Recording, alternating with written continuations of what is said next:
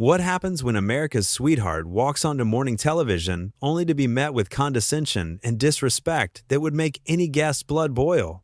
It only took 46 seconds for one careless comment to unravel what should have been a simple, pleasant interview and turn it into the most shocking live television moment of the year. This is the story of how Faith Hill, the country music legend known for her grace and professionalism, was pushed to her absolute breaking point by Savannah Guthrie on The Today Show, and why millions of viewers are now saying she had every right to walk off that stage. Faith Hill is not just any celebrity. She is a woman who has sold more than 40 million albums worldwide.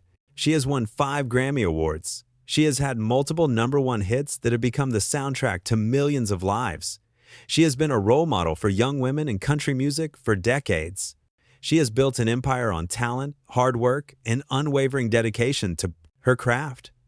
And through it all, she has maintained a reputation for being one of the kindest, most professional people in the entertainment industry. So when she agreed to appear on The Today Show, everyone expected it to be a delightful segment filled with laughter, stories, and maybe a performance. Nobody expected it to turn into a battleground. The morning started like any other at Studio 1A in Rockefeller Center.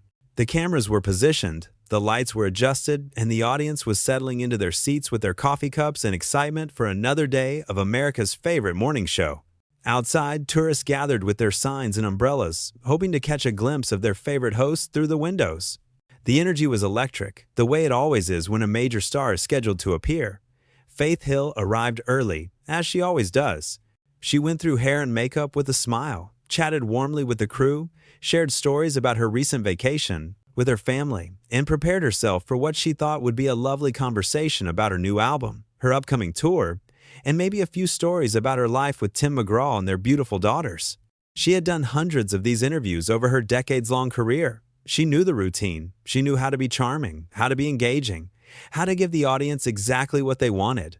She had mastered the art of the morning show interview years ago, but what she did not know, what she could not have predicted, was that Savannah Guthrie had a very different agenda for this interview, an agenda that had nothing to do with celebrating Faith's accomplishments and everything to do with creating controversy. The segment began pleasantly enough. Savannah welcomed Faith to the show with a bright smile, the kind of smile that looks warm on camera but somehow does not quite reach the eyes. It was practiced, perfected. The smile of someone who has spent years in front of cameras, who knows exactly how to look friendly while feeling something else entirely. Hoda Kotb sat beside Savannah, genuine warmth radiating from her as always. Craig Melvin and Al Roker were positioned at the side desk, ready to chime in when needed, both relaxed and expecting a routine interview. The audience applauded enthusiastically as Faith took her seat, looking absolutely radiant in a simple but elegant cream-colored blazer paired with perfectly tailored trousers. Her hair fell in soft waves around her shoulders. She waved to the crowd with both hands, that megawatt smile lighting up the entire studio. The applause grew louder. Someone in the front row shouted, "We love you, Faith." She blew a kiss in their direction. Everything seemed perfectly normal. Perfect, in fact. Savannah started with the usual pleasantries. "Faith, it's so wonderful to have you here," she said, her voice dripping with that practiced television sweetness that feels almost too sugary to be real. "You look absolutely stunning, as always. That blazer is gorgeous. Where is it from?" Faith thanked her graciously, mentioning the designer briefly before complimenting the set and saying how happy she was to be back on the Today Show.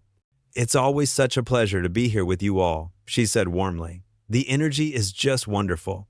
For the first 2 minutes, it was textbook morning television. Soft questions about the new album and what inspired it. A gentle inquiry about how Tim McGraw was doing and whether they had any plans to tour together again. A lighthearted moment about their daughters and how they were growing up so fast. Faith shared a funny story about her youngest asking for career advice. The audience laughed. Hoda smiled genuinely. Even Savannah seemed engaged. Everything was going according to plan. The audience was eating it up, hanging on every word. This was what they had come for. But then Savannah's tone shifted. It was subtle at first, but Faith noticed it. Immediately. She had been in enough interviews to recognize when someone was about to pivot. The questions started to get sharper, more pointed, more personal, more invasive. "So Faith," Savannah said, leaning forward slightly with an expression that could have been concern but looked more like calculation, "your last album didn't quite perform as well as some of your earlier work. The sales numbers were down compared to your previous releases. Are you worried that country music has moved on without you? That maybe your time has passed? The studio went quiet for just a moment.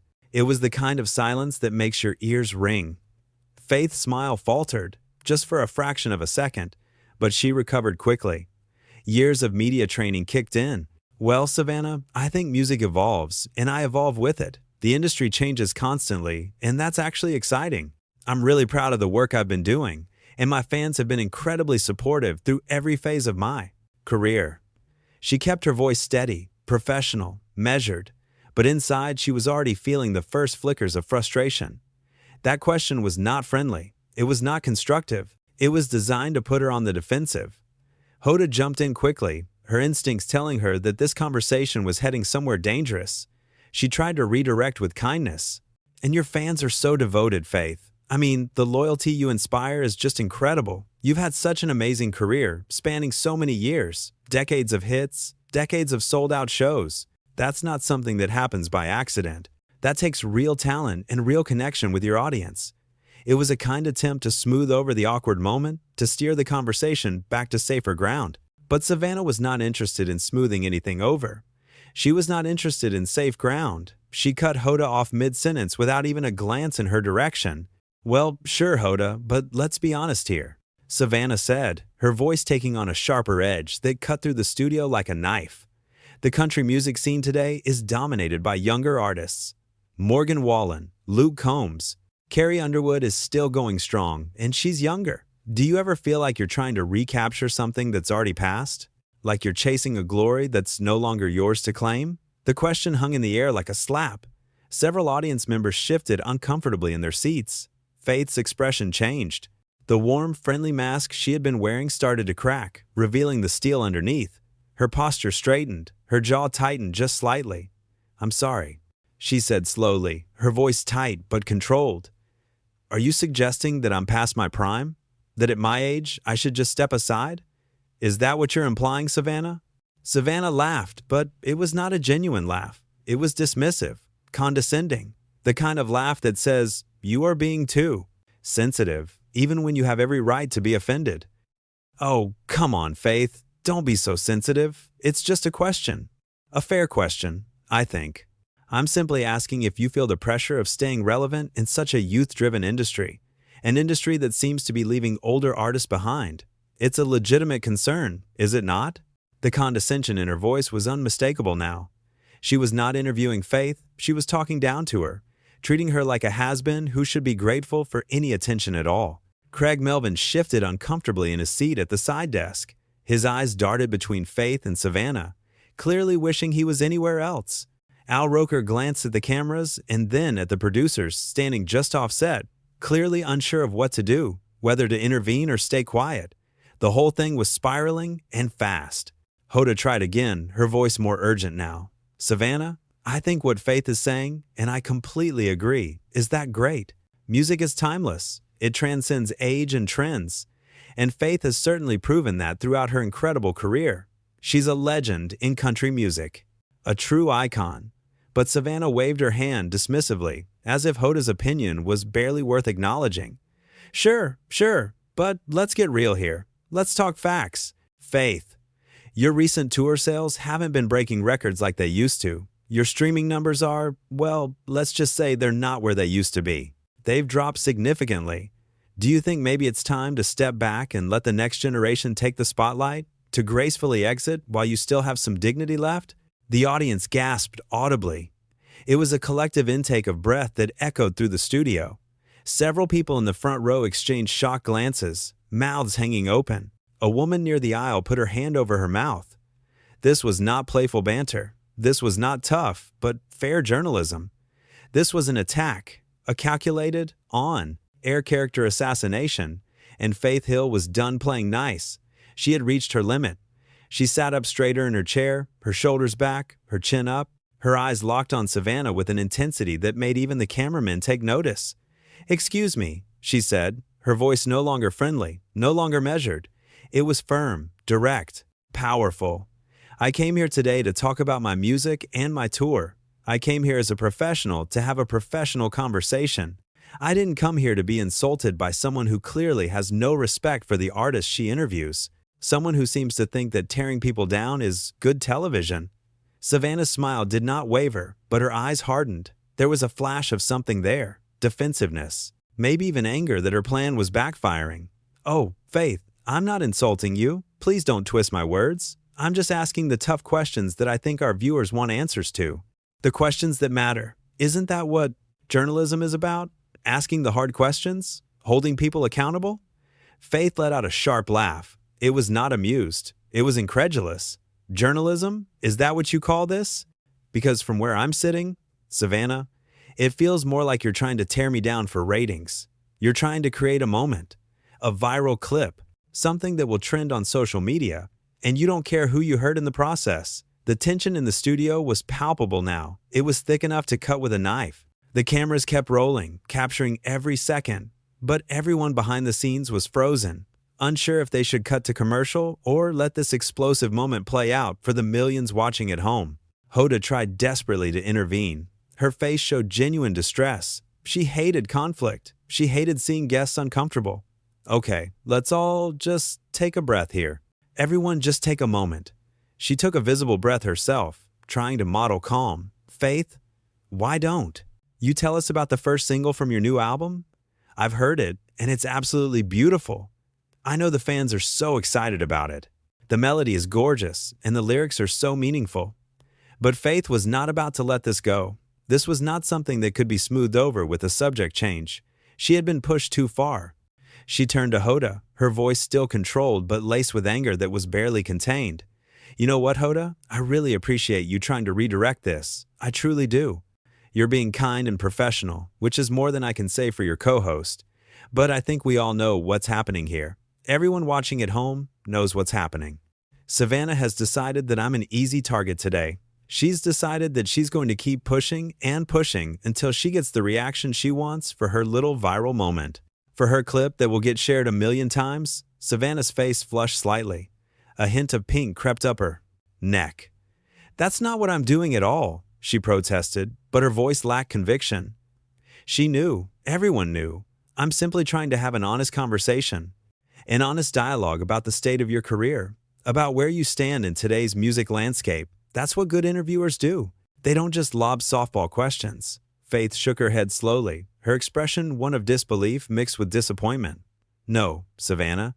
An honest conversation would involve mutual respect. It would involve curiosity, not cruelty. What you're doing is trying to humiliate me on national television, and I'm not going to sit here and let that happen. I have too much respect for myself. I've worked too hard. I've earned too much to be treated this way." Al Roker finally spoke up from the side desk, his usually jovial demeanor replaced with visible discomfort. He cleared his throat. "Ladies, maybe we should all just, reset here. Take a step back." He gestured with his hands, palms, down, as if he could physically calm the situation. "Faith, we're all big fans of yours here at Today. We really are. I've loved your music for years.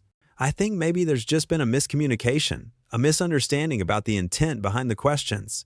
But Faith was beyond the point of reset. She had crossed a threshold. She stood up from her chair, and the entire studio seemed to hold its breath. The audience went completely silent. Even the crew members operating cameras seemed to freeze. "There's no miscommunication, Al," she said firmly, her voice carrying across the studio. "And there's no misunderstanding. Savannah knows exactly what she's doing. She's been in this business long enough to know when she's being disrespectful. And you know what? I've been in this business for over 30 years. 3 decades. I've been through tough interviews. I've been asked hard questions by the best in the business. Barbara Walters asked me hard questions. Oprah asked me hard questions. But I have never, not once in my entire career, been treated with such blatant disrespect."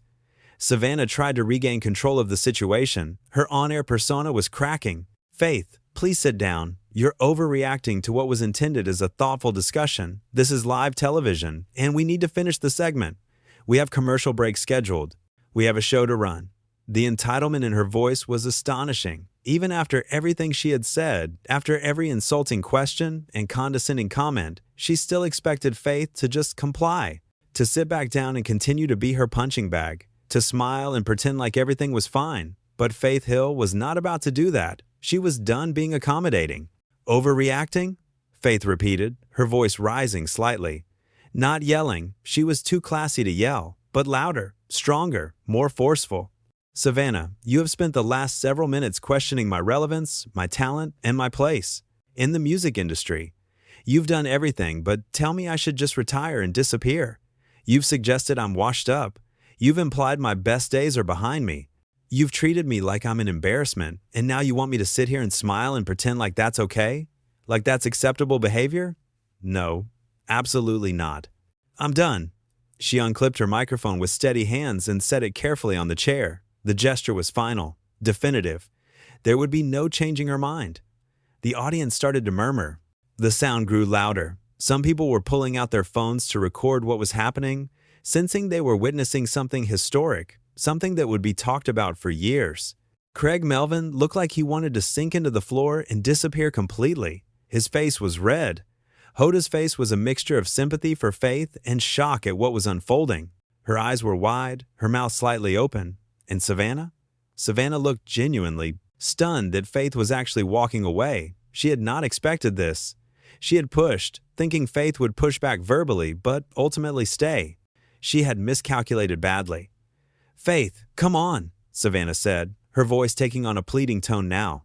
The entitled broadcaster was being replaced by someone who suddenly realized she had gone too far. Let's just talk this through. We can work this out. We can have a real conversation about all of this. Please.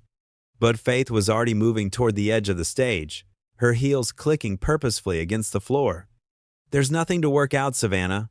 You made your choice when you decided to treat me like I was some washed-up has-been instead of the accomplished artist that I am. An artist with a legacy, with achievements, with respect for my peers and my fans. You wanted a moment for your show? Well, congratulations. You got one. I hope it was worth it. The cameras followed her as she walked off the stage, her head held high, her shoulders back, her dignity completely intact. The studio was silent except for the sound of her heels clicking against the floor. Each step echoed through the space. She did not look back, not even once. She kept walking, past the crew members who stood frozen, past the producers who were scrambling to figure out what to do next, past the stunned audience members who were still processing what they had just witnessed live. As she reached the exit, someone in the audience started clapping. Then another person joined. Then another. Within seconds, a portion of the audience was applauding her exit, applauding her courage, applauding her refusal to be disrespected. Savannah sat frozen in her chair, clearly trying to process what had just happened. Her professional mask had completely slipped. Hoda leaned over and whispered something to her urgently, her hand on Savannah's arm, but Savannah just shook her head slowly. She looked pale, shaken. Al Roker tried to lighten the mood. From the side desk, his voice strained. Well, folks, that was certainly unexpected. That was, quite a moment. Let's go to commercial. His usually warm tone was replaced with barely concealed discomfort. Craig Melvin nodded mutely beside him, unable to find any words. The director cut away immediately, and the studio erupted into chaos the moment they were off air. Behind the scenes, producers were scrambling frantically. Assistants were running around with clipboards, speaking rapidly into headsets. Someone was trying desperately to reach Faith before she left the building, but she was already in her dressing room, gathering her things with swift, determined movements. A stage manager knocked on the door anxiously. Miss Hill? Miss Hill, are you okay? Can we talk? But Faith did not open the door. I'm leaving, she called out. Tell Savannah that she can have her show back. I won't be a part of this. Back on the set, Savannah was trying to compose herself during a Palin, the commercial break. Hoda was speaking to her quietly, her hand on Savannah's arm. You went too far, Hoda said softly. You know you did. Savannah's face was tight. I was just doing my job, she insisted. I was asking real questions. Hoda shook her head. No, Savannah, you were being cruel. There's a difference. Al Roker walked over, his expression serious. That was uncomfortable to watch, he said bluntly. I don't know what you were trying to accomplish, but you lost a lot of people's respect in that segment. Craig Melvin stayed quiet, but his body language said everything. He kept his distance from Savannah, focusing on his notes for the next segment. When the show came back from commercial, Savannah tried to address what had happened. Well, as you all saw, Faith Hill decided to leave our interview early, she said, her voice attempting to sound casual. We always strive for honest and open conversations here on Today, and sometimes those conversations can get a little heated. We wish Faith all the best. But her words rang hollow. The damage was done. The phones in the Today Show offices started ringing immediately. Viewers were calling in to complain. Social media exploded with reactions. People were posting clips of the interview, dissecting every word, every facial expression. The overwhelming consensus was clear. Faith Hill was the hero of this story. Savannah Guthrie was the villain. And the Today Show had a serious problem on their hands. Faith Hill left the building without speaking to anyone else. She got into her car and drove away, leaving behind a studio full of shocked faces and awkward silences. As she sat in the back seat, she felt a wave of emotions wash over her. Anger, certainly, but also a strange sense of relief. She had stood up for herself. She had refused to be disrespected, and even though she knew this would be all over the news for days, she did not regret walking away. Not for 1 second. The story spread like wildfire. By lunchtime, every entertainment news outlet was covering it. By dinner, it was trending on every social media platform. People were calling it the most dramatic morning television moment in years. Some were praising Faith for her courage. Others were criticizing Savannah for her lack of professionalism. But everyone was talking about it, and in the world of television, attention is currency, even bad attention.